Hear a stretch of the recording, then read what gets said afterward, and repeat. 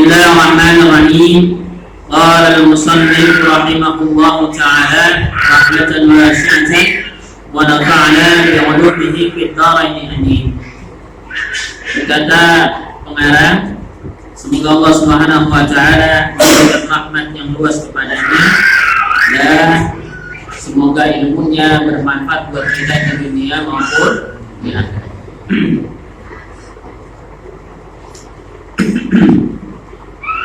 Wa an Anas bin Malik radhiyallahu anhu qala, dan ada sebuah riwayat hadis dari Anas bin Malik radhiyallahu anhu, semoga Allah meridainya. Qala, dia berkata, qala Rasulullah sallallahu alaihi wasallam, telah bersabda Rasulullah sallallahu alaihi wasallam, la yuraddu du'a'u baina al-adhan wal iqamati, tidaklah yuraddu tertolak ad-du'a'u du'a baina al-adhan, di antara adzan wal iqamati dan iqamah.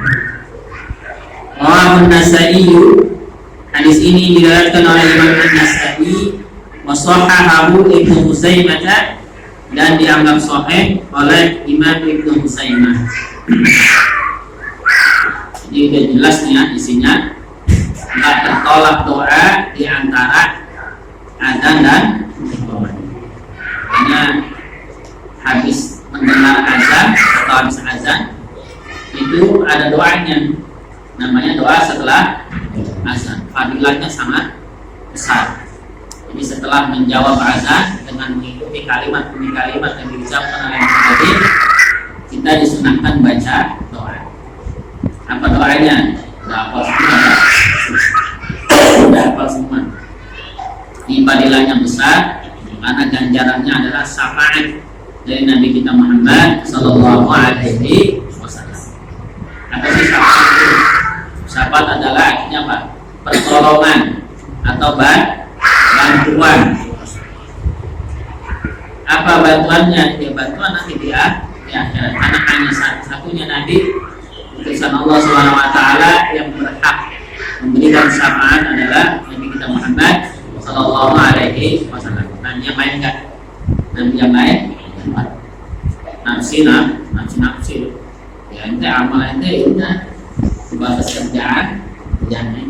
Tapi Nabi Muhammad SAW dikasih keistimewaan oleh Allah Subhanahu wa taala dapat memberikan syafaat kepada umatnya. Umat yang mana? Umat yang dikehendaki oleh Allah Subhanahu wa taala. Inilah makanya manfaatnya kita baca doa setelah azan dan juga bersolawat sering-sering kepada baginda Rasulullah sallallahu alaihi wasallam. Nah, ini satu keistimewaan yang hanya diberikan oleh kepada baginda Rasulullah sallallahu alaihi wasallam di antara semua nabi dan rasul yang pernah diutus oleh Allah Subhanahu wa taala.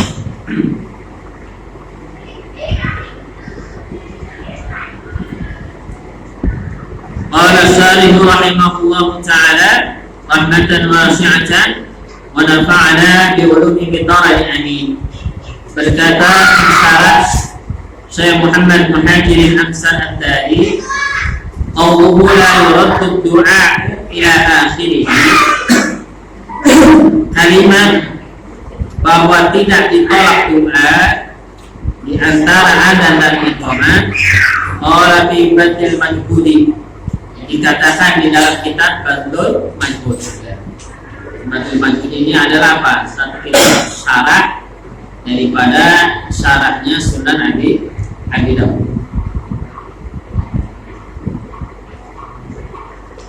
Yahtamilu an yakuna al-ma'na anna ad-du'a la yuraddu baina asna'il adani min hina ibtida'ihi ila hina intihaihi.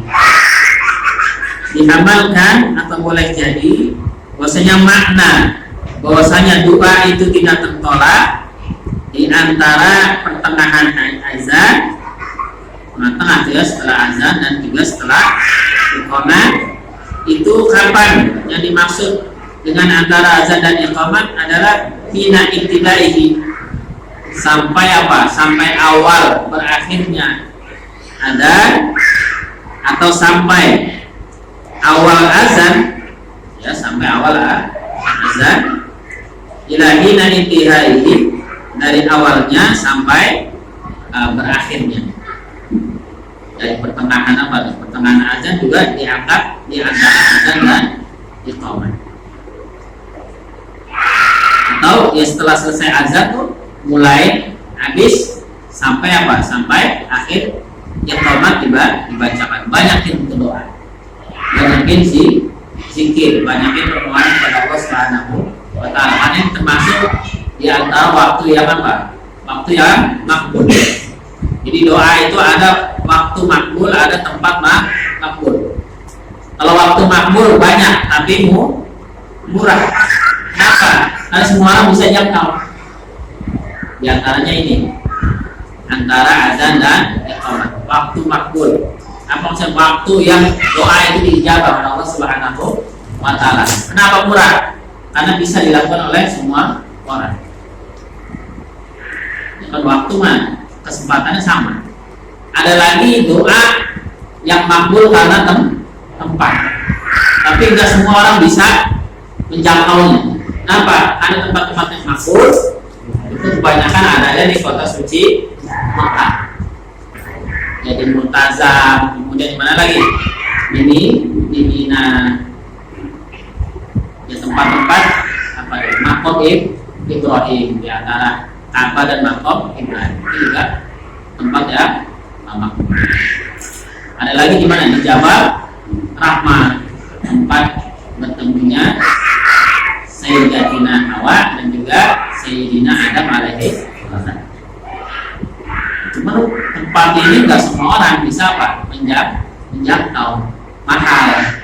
Kudu keluar duit dulu. Karena nggak ada di Indonesia ini tempat yang yang makbul ya.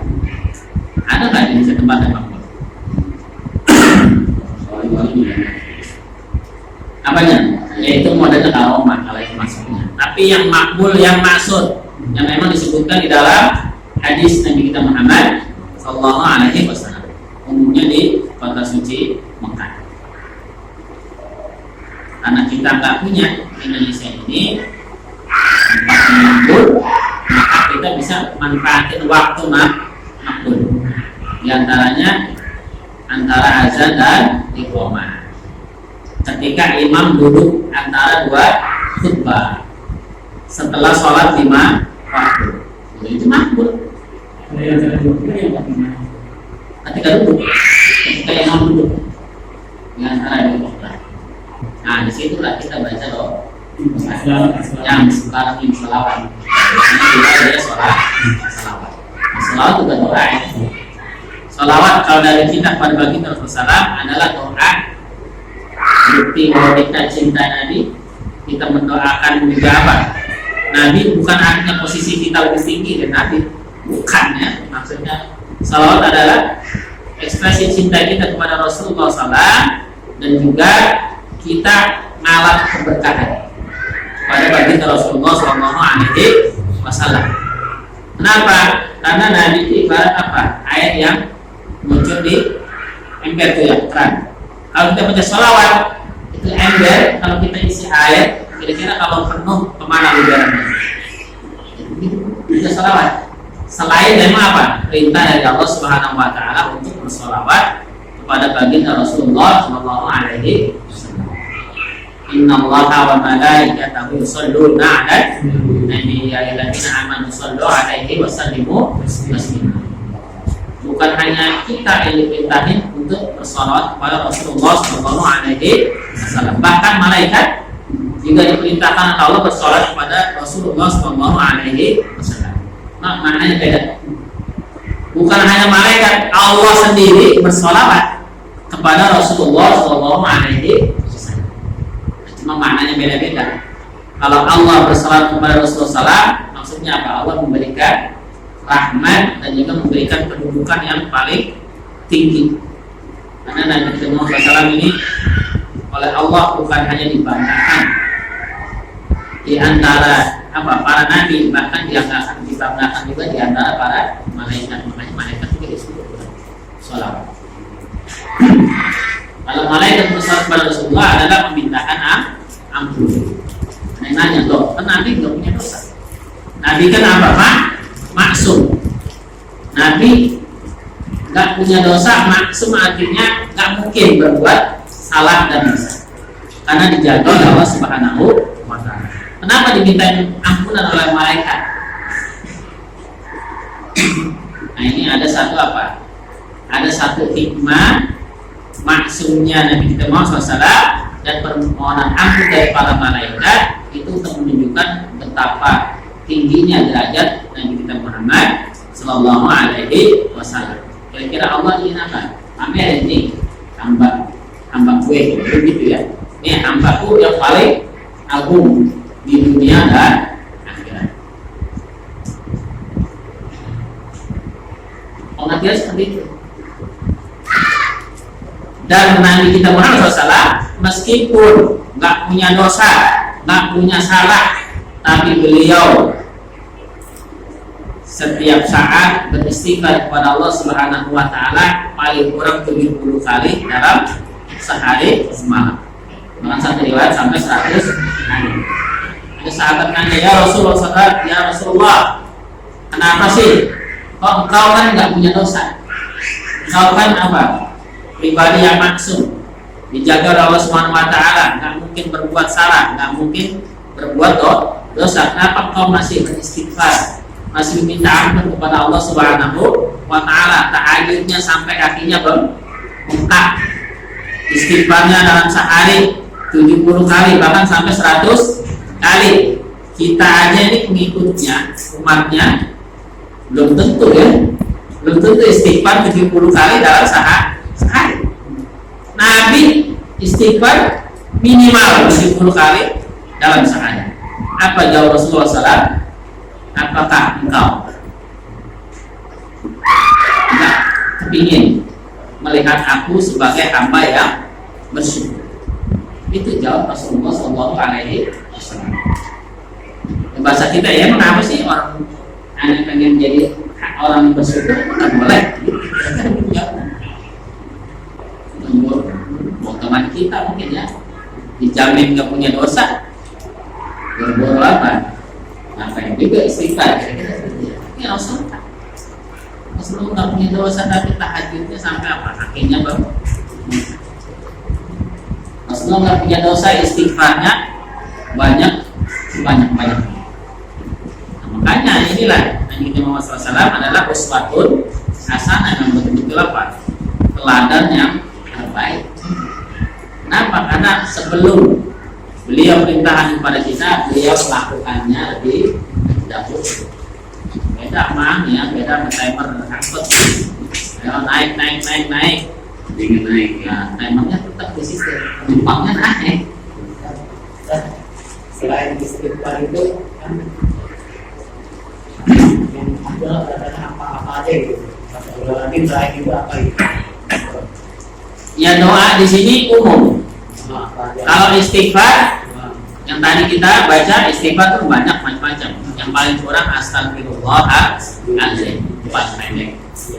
Ada lagi namanya sayyidul istighfar, yaitu tuannya istighfar. Atau apa nih? Dengan kota istighfar yang tadi kita baca. Allahumma anta rabbi la ilaha illa anta khalaqtani wa ana 'abduk wa ana ala ahdika wa wa'dika mastata'tu a'udzubika min syarri ma sana'tu a'udzu laka bi ni'matika 'alayya wa a'udzu laka bi dhanbi faghfirli fa innahu la yaghfiru dzunuba illa anta. Baca shalawat itu boleh. Allahumma shalli shalatan kamilatan wa sallim salaman taman ala sayyidina Muhammadin tarhamu bihil qad. Di situ ada shalawat, ada doa juga. Tanpa diberi kurang meminta apa, segala beban yang berat itu dilepaskan. Benar-benar ada istighfar tuh permintaan ditulis dan juga tertuliskan. Oh boleh, nanti ditulis maaf dong. Tulis fotokopi. Baik, kita selalu baca ya. Itu di dalam hadis termasuk daripada zikir pagi dan petang. Maka bacalah itu sebanyak-banyaknya habis subuh dan juga habis apa? asar. Habis asar kan. Al-Fatihah. Nah, ya di luar itu ya terserah setiap saat bisa dan boleh. Namanya istighfar ya. Rasulullah sehari semalam 70 kali sampai sekali ninggalnya kita yang dosanya banyak. Nah, kira-kira gimana? Nanti terusnya dosa tapi 70 sampai 100. Kira-kira kalau dosa kita 1 berarti 70 kali berapa tuh? Kali berapa berarti? Nabi nggak ada dosanya nih, tapi 70 sampai 100. Kalau ada orang dosanya 1, berarti 2 kali lipatnya kira-kira ya. Berarti berapa? 140 sampai 200. Seharian kita bikin dosa 10 kali, berarti berapa tuh? Berapa ribu? Bisa 1000 kali istighfar. Karena apa ya, kita memang nggak bisa ya lepas dari dosa ya. Naik motor ya, naik motor jalanan ya, itu macam-macam ya. Ada dilihat yang di depan, ya kan? Hal-hal yang nggak terhindarkan. Belum lagi apa, teman orang ngomong apa kan? Belum lagi mulutnya, dikit-dikit mengumpat atau apa ya, atau ngomong yang apa ya jorok lah kira-kira gitu ya. Belum lagi ngeliat WA itu, udah banyak banget. Itu dosa yang apa yang receh-receh kira-kira gitu. Itu receh-receh ini kan apa? Receh-receh itu apa? Sedikit demi sedikit jadi banyak. Makanya dikali iqamatu, dan begitu juga iqamah yahtamilu ayyakunal makna, boleh jadi bahwa maknanya anna du'a la yuraddu bainal waqti alladhi ibtada'a fihi al-iqamatu ila intihaiha. Atau boleh jadi juga dalam qomat pun demikian, bahwasanya doa yang tidak ditolak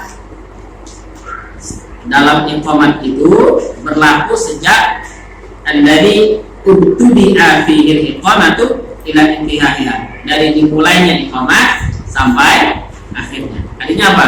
Jadi doa yang tertolak ini berlaku dari awal pertengahan azan, asna'il azan, dari pertengahan azan sampai akhir iqamah. Itu waktunya. Baca dan doa macam ya. Hanya daripada ngobrol atau segala macam ya, itu mendingan minta banyak istighfar atau baca doa sebanyak-banyaknya. Nah, ini sunnahnya demikian katakan oleh Rasulullah SAW. Lebih hari riwayati, dan dalam riwayat ini Zohara telah jelas anna du'ana la yuraddu bainal adani wal iqamati, bahwasanya doa itu tidak tertolak di antara azan dan iqamah. Maksudnya apa? Azan berakhir sampai awal iqamah itu di antara kata itu. Tapi ulama menafsirkan juga dari hadis ini berlaku juga dari pertengahan azan sampai akhir iqamah.